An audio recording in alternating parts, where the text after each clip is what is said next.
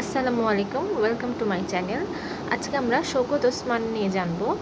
এটি খুবই গুরুত্বপূর্ণ বিশেষ অন্যান্য চাকরি পরীক্ষার জন্য। আমি আমার নোটে খুব গুরুত্বপূর্ণ ইনফরমেশনগুলো কালেক্ট করেছি, যেগুলো না পড়লেই নয়, এবং আশা করছি এখান থেকে সর্বাধিক পরিমাণ কমন পড়বে। শুরু করা যাক।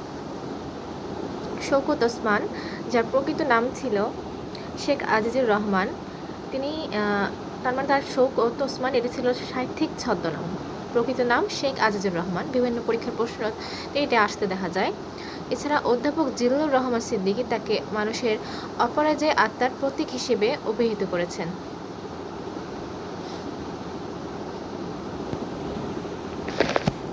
প্রয়াত হুমায়ুন আজাদ শওকত ওসমানকে বলতেন অগ্রবর্তী আধুনিক মানুষ। তিনি একজন সার্থক কথাশিল্পী।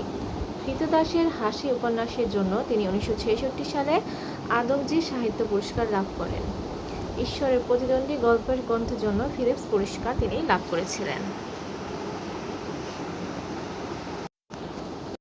তার যে রচনা দৈনিক আজাদে প্রকাশিত হতো উপন্যাস, সেটি হলো বনি আদম।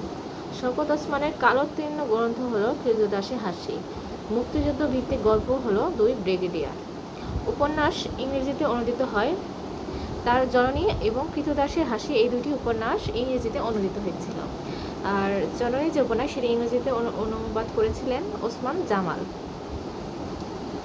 আর জননী উপন্যাসের যে ইংরেজিতে যে নাম রাখা হয়, সেটির নামও ছিল জননী। জননী ও কৃতদাসের হাসি ইংরেজিতে অনুবাদ করেন অক্সফোর্ড এবং গভীর চৌধুরী কৃত এ স্লেভ ল্যাবস। শওকত ওসমানের ভাষা আন্দোলন ভিত্তিক উপন্যাস হলো আর্তনাদ। বিশিষ্ট কথা সাহিত্যিক শওকত ওসমান 1917 সালের 10 জানুয়ারি পশ্চিমবঙ্গের হুগলি জেলার সবরসিংহপুর গ্রামে জন্মগ্রহণ করেন।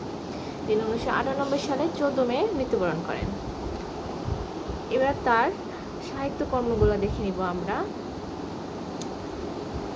সাহিত্যকর্মের একটা কনফিউশন ক্রিয়েট হয়, সেটা আমি বলতে আগে।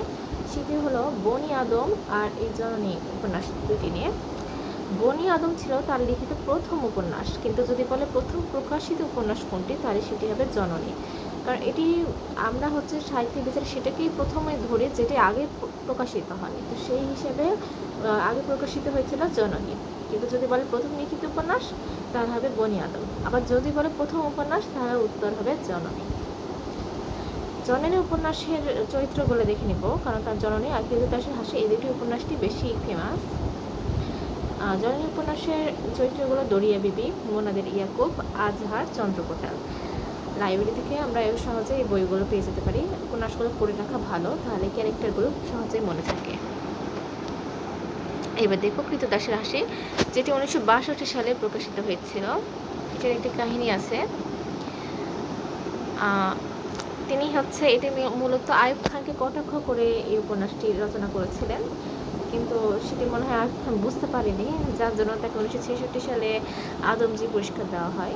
তো 1958 সালে জেনারেল আইয়ুব খানের সামরিক শাসন পাকিস্তানকে বর্বর স্বৈর শাসনের যাত্রাকালে আবদ্ধ করলো। এই সময় সব ধরনের বাক স্বাধীনতা হরণ করা হয়েছিল। তৎকালীন পাকিস্তানের স্বৈর শাসক আইয়ুব খানের শাসন ব্যবস্থাকে ব্যঙ্গ করে এই উপন্যাস রচিত হয়।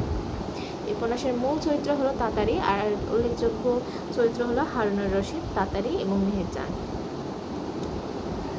এবার দেখো জাহান্নাম হতে বিদায়। এটি মূলত ওই উপন্যাসের মূল উপজীব্য বিষয়বস্তু হলো বাংলাদেশের মুক্তিযুদ্ধ। এই লাইনগুলো দেখে রাখলেই হবে। দুই সৈনিক, এটির মূল উপজীব্য বিষয়বস্তু হলো 71-এর মুক্তিযুদ্ধ। নেকড়ে অরণ্য, এটিও বাংলাদেশের মুক্তিযুদ্ধের পটভূমিতে রচিত। অর্থাৎ এই তিনটি উপন্যাস তার মুক্তিযুদ্ধের পটভূমি নিয়ে রচিত। আর শুধু আর্তনাদ যে উপন্যাস, সেটি ভাষা আন্দোলন ভিত্তিক উপন্যাস। তো তার বাকি উপন্যাসগুলো এক নজরে দেখে নিই। পতঙ্গ পিঞ্জর, জলাঙ্গি, সমাগম, চৌরসন্ধি, রাজপুরুষ, উপলক্ষ, নিঃসঙ্গ নির্মাণ, রাজ উপাখ্যান, রূপকধর্মের উপন্যাস। আমরা উপন্যাসের নাম সম্পর্কে জানলাম। এখন বিসিএস সহ অন্যান্য পরীক্ষায় তার সম্পর্কে আসা প্রশ্নগুলো সম্পর্কে জেনে নেব। তো তার বিসিএস পরীক্ষায় এই প্রশ্নটি এসেছিল যে কোনটি মুক্তিযুদ্ধ ভিত্তিক উপন্যাস। নেকড়ে অরণ্য। ওটি শওকত ওসমানের রচনা নয়, ভেজাল। শওকত ওসমানের কোন উপন্যাসের জন্য আদমজী পুরস্কার লাভ করেন? ক্রীতদাসের হাসি। এবার দেখো পিএসসি সহ অন্যান্য পরীক্ষার প্রশ্ন উত্তর। সাহিত্যিক শওকত ওসমানের প্রকৃত নাম শেখ আজিজুর রহমান।